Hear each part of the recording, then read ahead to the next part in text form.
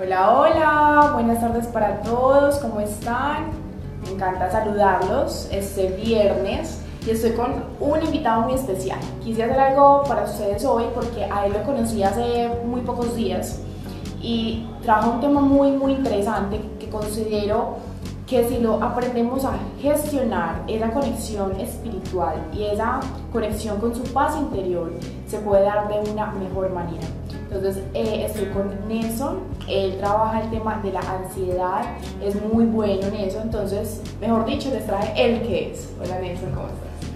Hola Luisa, muchas gracias por invitarme, un saludo muy cordial a la audiencia y bueno, soy psicólogo especialista en el tema de la ansiedad y lo que necesites para tu audiencia, con mucho gusto. Bueno, entonces yo quiero que comiences hablando de algo muy básico que es la ansiedad, porque hay personas que hablan de estrés, otros que hablan de miedo, pero entonces, ¿qué puede ser la ansiedad? Muy bien, es importante, Luisa y audiencia, comenzar recordando que diferenciar la ansiedad del miedo. El miedo es algo normal, es algo que ayuda a la supervivencia, el miedo. Sin el miedo no estuviéramos vivos, estimada Luisa. ¿Por qué? Porque cuando hubiéramos tenido algún peligro, no nos hubiéramos corrido. Si viene un carro hacia nosotros, no hubiéramos podido dar el salto que nos permitiera sobrevivir. Eso es el miedo.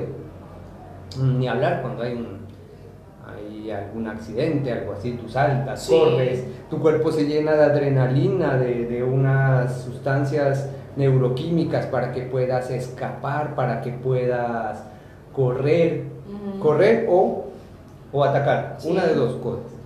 Ese es el miedo, es algo bueno. La ansiedad viene siendo parte de una emoción secundaria, es decir, es una emoción, las emociones que ya no nos sirven para la vida, son emociones malas, tóxicas. Ahí está, mira, la tristeza vendría siendo la emoción primaria, la emoción buena, y la emoción secundaria viene siendo la depresión, que es mala, es tóxica. En la ansiedad es el miedo, la primaria, y la transformación cultural, por no decir otra cosa, la conversión tóxica que los seres humanos le hemos hecho al miedo, que era bueno, viene siendo la ansiedad. Y el estrés, que son, digamos, son primos hermanos, no son iguales, pero están allí muy cerca. Obviamente después se complica esto en diferentes trastornos de ansiedad. Y la ansiedad se caracteriza por unas respuestas físicas, emocionales y de pensamientos. O sea, la respuesta física ya se las anticipé, esa es similar al miedo, o sea, te llenas de sangre tu cuerpo para correr, para atacar. Entonces por eso la persona usualmente con ansiedad, hasta con estrés, siente tensión aquí muscular. Claro. De allí viene el dolor de cabeza. O sea, se prepara para atacar, suda mucho. Sí. Eso es la parte física. Puede haber sequedad de boca también. En la parte emocional se siente una sensación displacentera, una sensación desagradable, fea. Y los pensamientos son enfocados hacia un futuro, pero hacia un futuro trágico.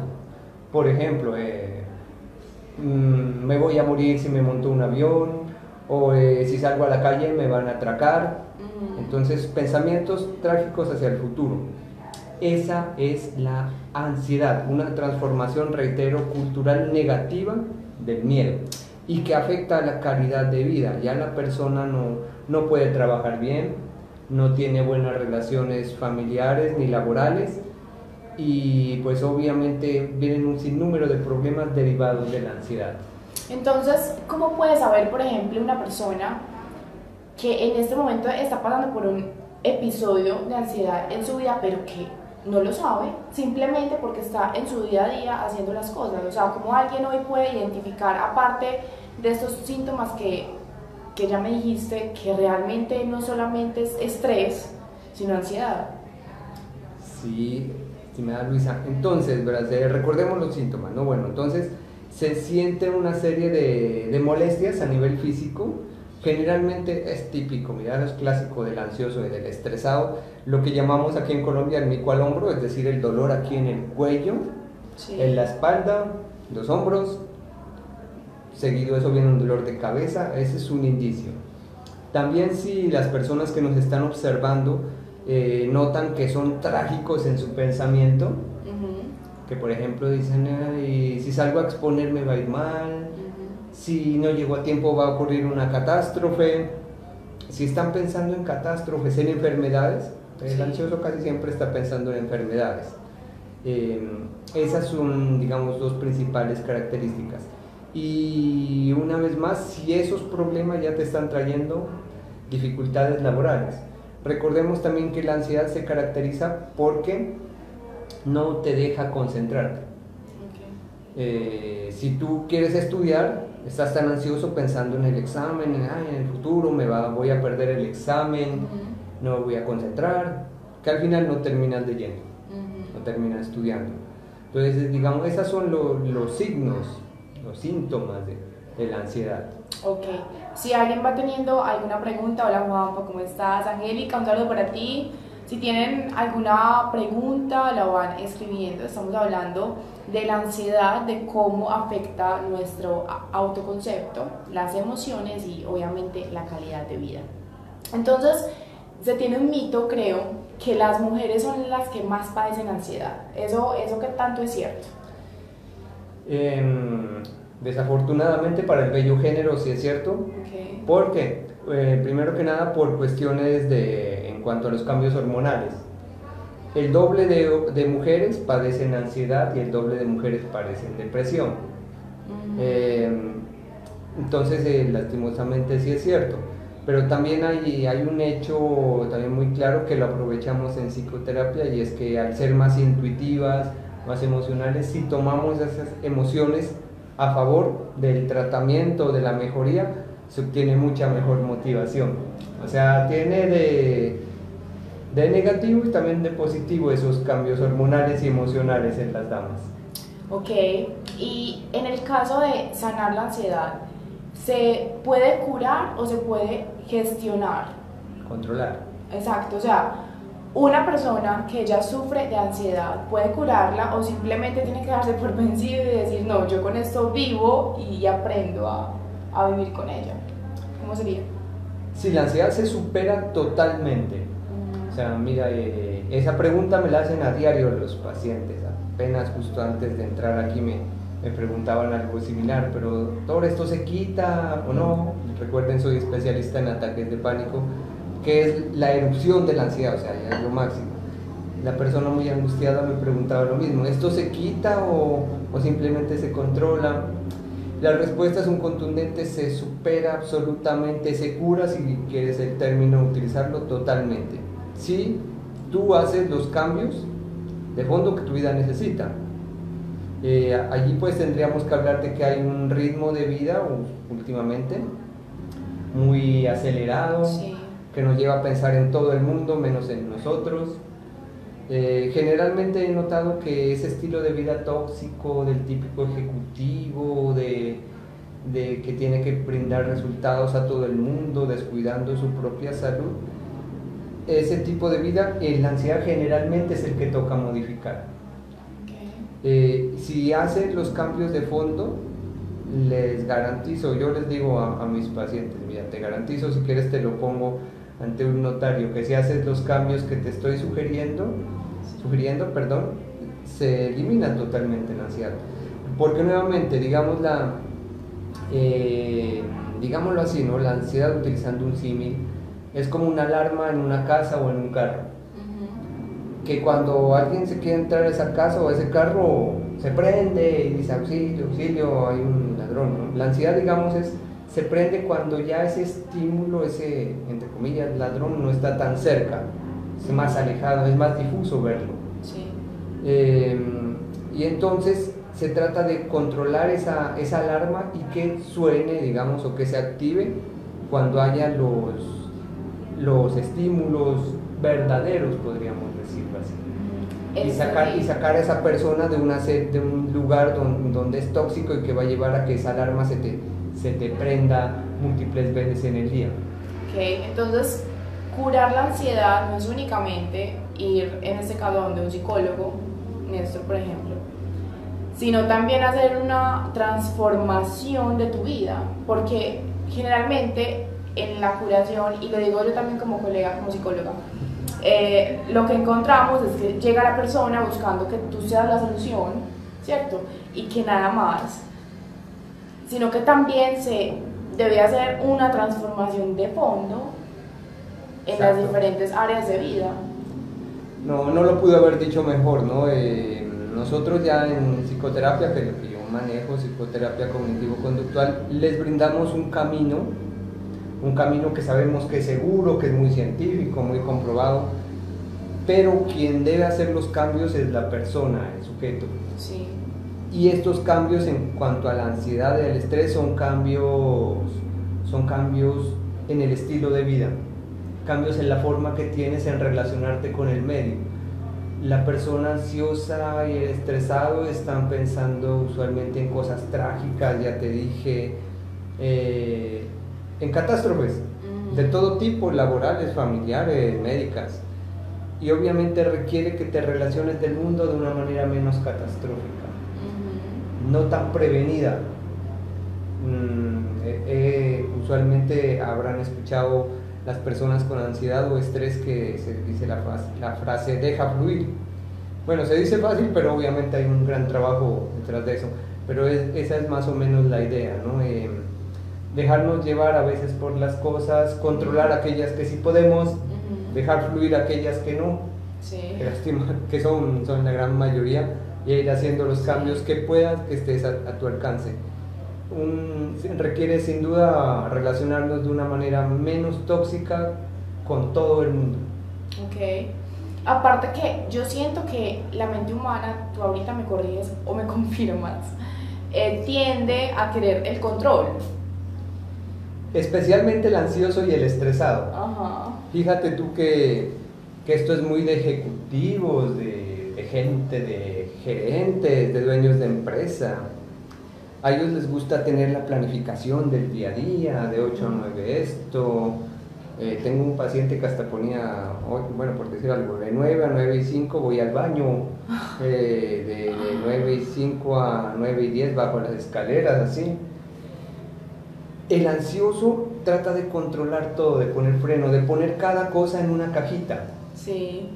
Y exageradas tareas en el día, más 5, 4, ¿te suena? O más, sí. En un día.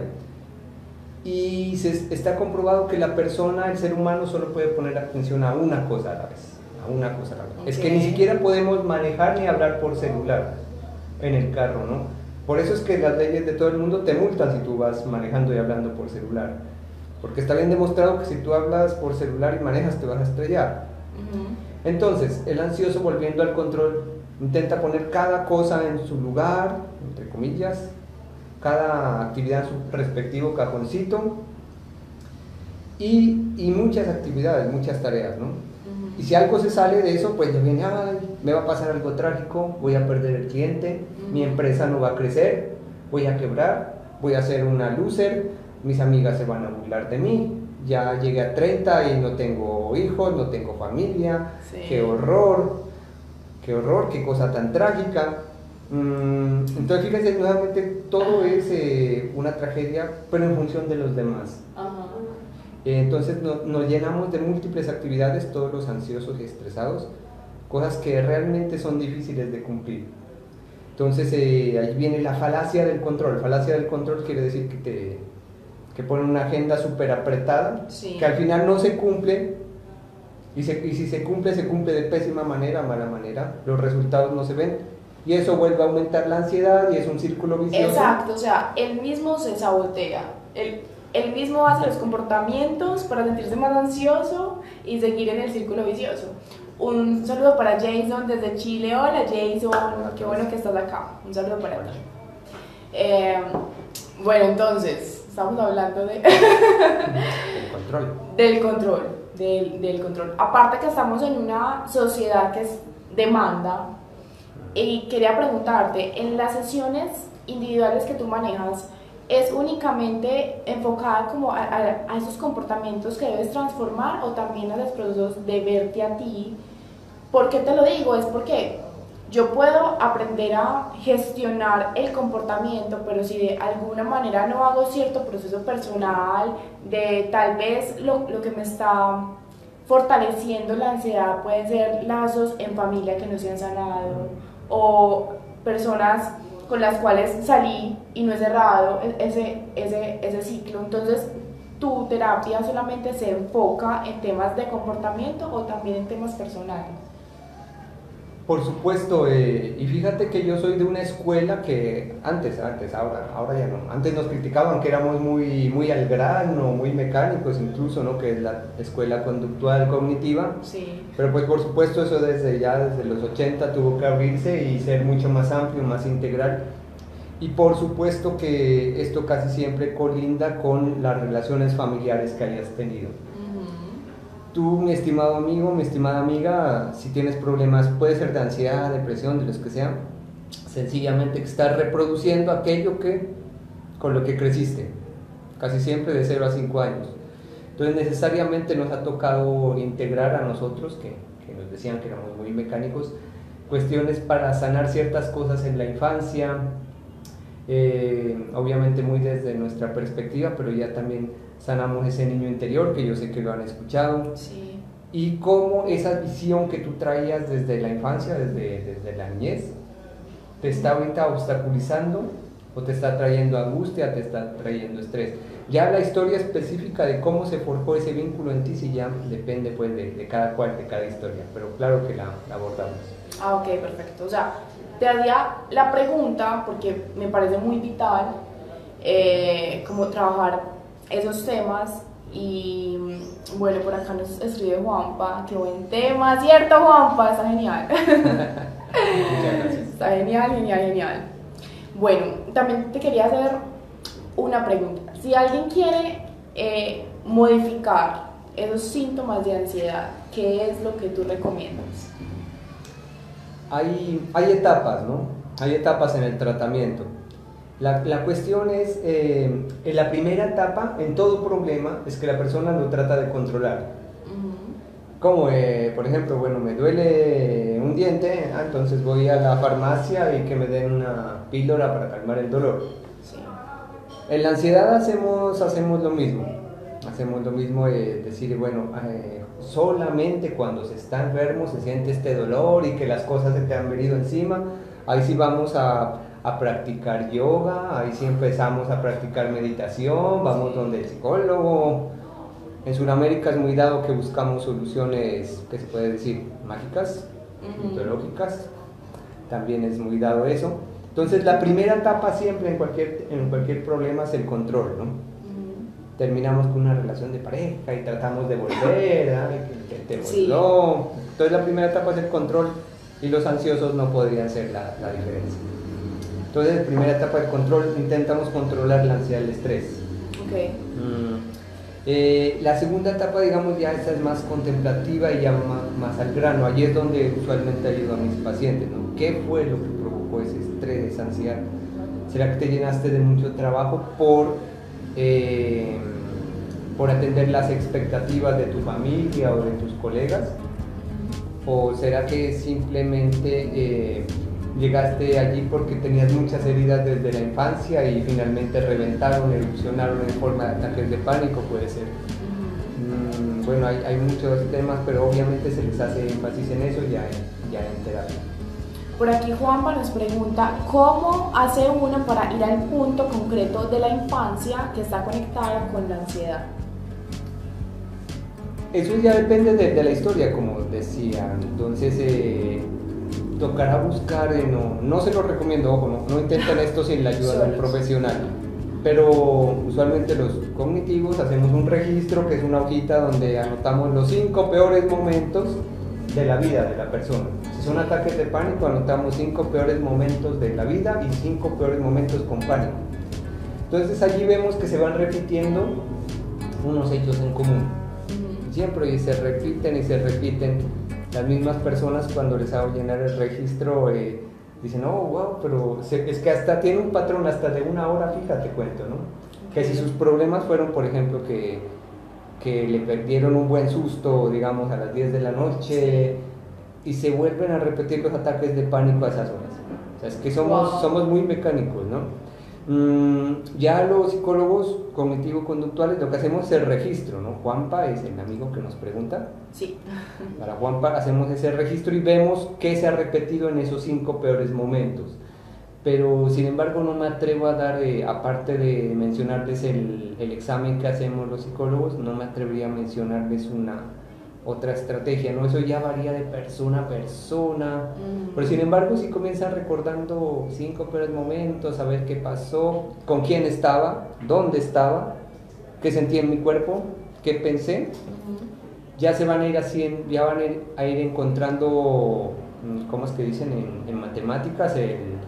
Unos elementos comunes, sí, para tratar de identificar. Y a partir de allí, ojo, había unas escuelas que decían anteriormente, lleguemos a la infancia, incluso hipnoticemos a Luisa a ver los traumas, sí, y la cosa. Sí. Pero ya se demostró que únicamente con eso no es suficiente. ¿Por qué? Ya tú recuerdas, bueno, estoy ahorita estresado porque tuve mucho maltrato en mi infancia y fuera de eso ahorita tengo mucho estrés. Con eso no te has curado, te lo garantizo. Ese es conocer el origen que sirve para la problemática, pero con eso únicamente no. De ahí resta un buen camino, de ahí resta mucho trabajo personal para salir y superar, darle la vuelta a eso que te pasó. Entonces es bueno saber el origen, pero no es suficiente. Okay. Y eso que tú dices yo lo considero tan importante, porque yo al ser una psicóloga holística que también integra varias herramientas y que también en mi proceso personal yo lo he sentido, que yo también he pasado por estas terapias que de alguna manera son muy valiosas, pero que no me daban como ciertas herramientas concretas, entonces yo seguía ahí.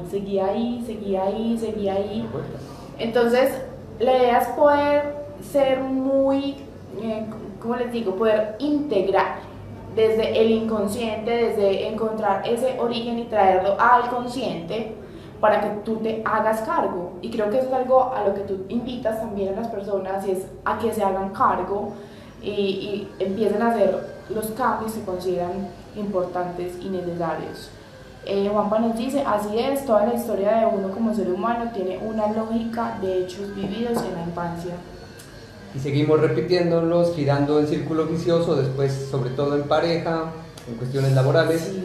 Hay una cuestión que más adelante, ¿no? Digamos, unos añitos más adelante estoy pensando, pero sí lo tengo muy vivido, es hablar sobre la libertad, ¿no? Somos esclavos de cosas que nos ha pasado en la infancia, incluso esclavos de la genética, porque hay algunos genes que nos heredan, y entonces ahorita estoy analizando cómo romperlos, ¿no? Y para ser un ser humano libre, pero más adelante te digo. Y sabes que me encanta eso que dices, porque yo manejo una metodología de coaching que se llama Freedom Coaching o Coaching de Libertad. Y lo que busco es eso, es que las personas sean libres identificando sus creencias, que casi todas están realmente en el inconsciente, y poderlas sanar para en este aquí y en este ahora pues ser libres, y más que todo creo que se vean y se acepten tal y como son, porque estamos en una sociedad que nos demanda ser otra persona. Exacto, y hablando de la ansiedad y del estrés, hablábamos fuera de cámara que yo he encontrado que en mis pacientes actuales la cereza del pastel, yo lo decía en una conferencia que realizamos acá en la ciudad, la cereza del pastel es el estrés laboral, o sea, discúlpame la expresión, te matas trabajando para otros, en los proyectos de otros hasta altas horas, sí. Y ahí viene ya ataques de pánico, estrés, dolores de cuerpo, dolores de cabeza, no duermo. Entonces ahí viene otra esclavitud, ¿no? Estamos encadenados a ciertos logros, pero que en última no te están aportando nada a ti. Puede ser que estés trabajando en los planes de otras personas, pero no en lo tuyo. Te estás desgastando mucho y a veces queriendo aparentar ante los demás, ¿no? Sobre todo ante los iguales. Bueno, hay la obra de un filósofo, Alain de Bort, creo que lo pronuncié bien. Es un filósofo suizo, pero que vive en Inglaterra, que habla de la ansiedad por el estatus. Ajá. ¿Qué es esto que estamos hablando? Es decir, que yo hago cosas para que mis colegas noten, oh, wow, por cuánto has hecho, has escrito un libro, todo eso. Ajá. Pero descuidas a tus seres queridos. Sí. Ansiedad por el estatus, recomiendo lo encuentran así, es un Tremendo. tema muy relacionado con esto. Súper interesante, mil gracias. Bueno, entonces, para ir terminando, si nos puedes dar 5 tips del día a día o los que tú quieras, que consideres relevantes para gestionar la ansiedad adicional a asistir a un proceso de terapia. ¿Qué puede hacer una persona en el día a día para gestionar esa ansiedad? Voy a empezar por algo que es más grande, digamos, es más macro, y es que revisen todas las personas cuáles eran las metas o los sueños que tenían en su infancia. Ya, yo les digo a mis pacientes, mira, a los 3 o a los 4 años, ¿tú qué soñabas ser? ¿Qué querías? Dicen que esos son los sueños más puros y más buenos inclusive. Sí. Y analizar y contrastar con lo que estás haciendo ahora. Bueno, eso que yo soñaba es lo que quería o estaba medianamente cercano a aquello que estoy haciendo ahorita. Fíjate, nos salimos de marco de ansiedad inclusive. Bueno, pero eso es precisamente para afrontarla. Okay. Tengo la hipótesis de que la ansiedad y la depresión también existen para sacudirte a ti y decirte, oye, ¿qué estás haciendo? Despierta, sí. Despierta, ¿dónde me metiste? Sí. Lo segundo, yo sé que ya lo han escuchado bastante, pero no se aplica, y es la famosa respiración. Es increíble los beneficios que con solo tomarte unos 2-3 minutos para respirar tranquilo, sin estos aparatos prendidos, sin computador, tú sales de tu oficina, de tu trabajo, lo que sea, respiras sencillamente, ojalá abdominalmente, sino que hoy es difícil enseñarle a la persona eso, ¿no? Hago aquí un paréntesis, voy a hacerles un video sobre cómo respirar adecuadamente, ¿cierto? Para que estén pendientes. Necesario. Y con solo respirar abdominalmente, ¿cómo es que le llaman esto? Tiene otro nombre, respiración diafragmática. Sí, diafragma. Con solo respirar eso unos 2-3 minutos es un reseteo, es muy beneficioso. La otra cosa, oye, mira que yo he encontrado esto, ¿no? Yo decía aquí en una conferencia que en la ciudad que hoy en día trabajo más con nutricionistas que con psiquiatras, y es porque nos hemos dado cuenta que la dieta es fundamental. Nuevamente, yo sé que ya lo han escuchado, pero poco la aplican. Hay una dieta aparte de súper calórica y súper grasosa, pues súper irritante para nuestros sistemas gástricos, con mucho dulce, mucha cafeína, y entonces hemos encontrado que si las personas comienzan una vez más a comer sanamente, menos azúcares, menos grasa, menos irritantes para tu estomaguito, viene una mejora. Oye, pero es que es increíble, ¿no? Hay un tema, hay una palabra que la dicen las personas cuando algo les cae mal al estómago, dicen, uy, es que tengo pesadez. Sí. Fíjate el término pesadez, ya, o sea, eso implica ya que te bajó, que te detuvo. Si comes sanamente, de una manera muy natural, con antiinflamatorios, puede ser. Fíjense que nosotros, estimados visualizadores, lo cumplimos, ¿no? No estamos tomando café, estamos tomando aromática. Un té que le dicen en otras partes. Esto creo que es creo que es de manzanilla. De manzanilla, entonces algo antiinflamatorio, lo cumplimos, o sea, predicamos con el ejemplo. Entonces, si le haces estos favores a tu cuerpo, respiración, comes sanamente, pero les garantizo una mejora sustancial en cuanto a los niveles de ansiedad y de estrés van a disminuir. Okay. Hay otra cosa que es pensar con claridad, pero para eso sí que ya se le tiene que dar un entrenamiento y una psicoterapia puede ser. Una cuestión muy importante allí es pensar qué pruebas tengo, ¿no? Nosotros queremos a veces quedar bien con los demás. Siempre es bueno preguntarnos el por qué. ¿Por qué estamos haciendo esto? ¿Cuáles son las razones? Es decir, volverse como un niño chiquito. En últimas, la reestructuración cognitiva, que se basa en el debate socrático del gran Sócrates, es preguntarte el por qué y para qué. ¿Temes que salir a hablar en público? ¿Por qué? Porque temo que me voy a enredar y a quedar mal. Y bueno, y ahí vienen otras preguntas: ¿cuántas veces te ha pasado? ¿Cuántas veces lo has intentado? Bueno, pero con que comiences a preguntarte los por qué y para qué, te va a dar una buena guía, un buen camino. El principio, obviamente. Muchísimas gracias. Y yo creo que también le colocaría el tema del ejercicio, el deporte. Por supuesto, como me comentaste, algunas cuestiones muy elementales, pero obviamente esto es como un rompecabezas, tiene varias partes, ¿no? Aparte del ejercicio, es fundamental, porque hay una hormona que, ojo, cuando estamos nosotros estresados o deprimidos se baja, es la famosa serotonina.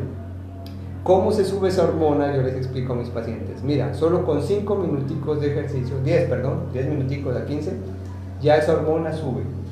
Y automático, que si te tomas una medicina, eso se va a tardar 2 meses, dicen las investigaciones, en hacer efecto. En cambio, que si sales a caminar 15 minutos, ya comienzas a elevar serotonina. También se la eleva con la famosa meditación. Meditación, yoga, se comienza a elevar esa serotonina y a pensar con claridad. Es uno, sin duda, de los pilares, el ejercicio y la meditación. ¿Sabes? De eso que hablas, yo hace muy poco incrementé el tiempo que me dedico a la respiración, a la meditación, y es impresionante los últimos días, donde también pues tengo trabajo, tengo varias cosas que hacer, como simplemente el estar en silencio media hora me transforma todo el día. Y hay algo que tú decías muy importante en la charla que diste hace poco, en la conferencia, y es que en las primeras horas del día es muy importante que lo inviertas en ti, o sea, que saques como un instante al inicio del día para meditar, para hacer ejercicio. Es como esa hora de poder, es como esa hora sagrada. Nuevamente volvemos al estilo de vida actual, ¿no? Del ejecutivo, de que yo tengo 4 proyectos, tengo que ser exitoso, tengo que estar en todas las redes sociales, tengo Sí. que bueno, ya sabemos que es falso, ¿no? Pero bueno, vamos a analizar eso en un futuro conversatorio. Pero entonces, la cuestión es que ese tengo que nos lleva a hacer cosas que no son importantes. Yo les comentaba en la conferencia que se llevó a cabo en Medellín esta semana que está ya por terminar, les comentaba que se debe ser un poco egoísta y volver a lo importante. Lo importante nuevamente es un poco, sí, es egoísta realmente, es salud, educación, es comenzar el día haciendo algo por ti. Si estás teniendo ansiedad, depresión, puede ser medita, sal a caminar, sé egoísta. Me decía precisamente una paciente: ay doctor, es que no puedo salir a caminar porque tengo que salir a tales horas, no se puede. Yo le decía: es que es imposible que no te puedas levantar 10 minuticos antes y esos 10 minuticos invertirlos en caminar. Por supuesto, es más, yo diría que esos son los mayores actos que tienes de amor propio. Venimos de una cultura que se centra en yo actuar hacia el otro, pero qué rico que dirijas tu mirada hacia ti y que cambiemos como esa visión de ser egoísta a más bien amarnos más, porque es más, cuando tú cuidas más de ti, tienes más que darle al otro. Cuando tú gestionas mejor tus emociones, tienes más para darle al otro. Entonces, es un acto de amor incondicional, tanto para ti como para los demás. Comienza haciendo lo importante que ya te dije, puede ser salud, educación, pero es para ti, o sea, un regalo de ti para ti. Ahí entramos en el famoso tema de la autoestima. Entonces, un regalo, una flor para ti, puede ser caminar, puede ser leer. Ahorita les comparto a la audiencia, yo estoy estudiando unos temas que me gustan y eso lo hago de primero por la mañana. Entonces es un regalo que uno se da. Entonces, y eso comienza a romper ese círculo vicioso, el tengo que quedar bien ante los demás. Mira, inicia el día pensando en ti y vas a ver unos cambios maravillosos. Puede que te ahorres lo del psicólogo, inclusive, estas sencillas recomendaciones. Hablando de eso, ¿dónde pueden encontrarte? ¿Cuáles son tus redes sociales? Mira, a mí me pueden encontrar en mi página nelsonarturopsicólogo.com, bueno, www.nelsonarturopsicólogo.com. En mi fanpage, ahí buscan en Facebook, tratamiento ansiedad, no tratamiento de ansiedad, sino tratamiento ansiedad. También en YouTube me encuentran en mi canal, que afortunadamente ha sido muy bien recibido, se llama Libre de Ansiedad. Libre de Ansiedad, allí encuentran pues videos, información de libre acceso, entre unas pues también uno de los primeros videos que publiqué era de cómo respirar durante un momento pico de ansiedad. Bueno, y información que les puede ser de utilidad. Súper. Y ahora me estabas contando algo muy importante, y es un libro que vas a sacar en torno a las niñas. Contanos un poquito sobre esto. Retomando esto de hacer cosas importantes para nosotros, nosotros los psicólogos tenemos un gran flujo, grande de señoritas de 20 a 30 y algo de años, sí, que llegan a nosotros. Es que nosotros ya sabemos, entra una niña de estas edades y ya sabemos cuál es el motivo de consulta. El motivo de consulta es una relación sentimental en la cual terminó con su corazón roto, y ahí encontramos dependencia afectiva, encontramos que ha soportado muchísimos maltratos porque la cultura le dijo que pues así era el amor, que era dolor, sufrimiento, y entonces encontramos ahí la famosa baja autoestima. La famosa baja autoestima. Y cuando hay esa dependencia afectiva, cuando hay relaciones tóxicas, cuando aguantas todo por ese tipo de maltratos, sí, por el amor, digamos, por el amor. Ese no es amor, creo que sí, es maltrato. Entonces hemos encontrado baja autoestima. Entonces he empezado a escribir. Fíjate que el proyecto era para niñas, ¿no? Porque yo tengo una hija, entonces obviamente no voy a querer eso para ella. Comencé a escribirle cuenticos y eran muy bien recibidos. Y habían algunas otras amigas mías o amigos que tienen niñas pequeñas, todos en mi grupo evolutivo todos hemos tenido niñas, ¿no? Sí. Entonces niñas chiquitas de 4 o 5 años, y entonces comencé a escribir cuentos normales, que mira, que porque hay que cepillarse, que porque hay que quererse, que porque hay que comenzar el día diciéndose algo bonito. Súper. Cuenticos muy corticos, y coincidencialmente me di cuenta que eran muy bien recibidos. Al tiempo ya tenía un grupo de niñas pues chiquitas, pero que hacían llamar a los papás, oye, que qué pasó con el cuento, que qué pasó mi cuento. Había una chiquitica ahí que tenía los dientes en esa etapa, como unos 5 o 6 años, que se le caen, es que me exigía, oye, qué pasó con mi cuento, me encontraba que qué pasó. Entonces tuve que escribir varios cuentos semanales durante un tiempo, que eran cuentos de autoestima para niñas. Entonces son cuentos para que las mujercitas adquieran hábitos saludables, adquieran hábitos buenos en su vida, en su autoestima. Se llama precisamente así, Cuentos de Autoestimas para Niñas. Bueno, aquí les vamos a compartir el link donde se puede escribir ya para cuando esté listo, porque reitero, se hizo de una forma muy, ¿qué se puede decir? Fue saliendo espontáneamente, sí, y se va. Como espontánea, fue como del día a día también. Lo simpático de ese libro para cuentos es que eran para niñas, pero los terminaron también leyendo las mamás. Me encanta. Y eso se ve que hay pues baja autoestima también en las mamás, y les gustó, y son temas muy elementales, ¿no? Bueno, chicos, tenemos que ir cerrando. Juanpa, ya vi tu pregunta. Lo que vamos a hacer es que te voy a pasar la red social de Néstor para que hables con él directamente y te responda esa pregunta. Entonces, todas las bendiciones, Néstor, mil gracias por estar acá. Oye, no, gracias a ti, gracias a la audiencia gracias por tu invitación, y esperamos verles y aportarles calidad. Mil gracias. Entonces nos vemos, Dios los bendiga. Recuerden que son seres hermosos, llenos de vida, llenos de luz, y que podemos transformar el día a día si tomamos conciencia y las acciones pertinentes. Un abrazo. Chao. Hasta luego.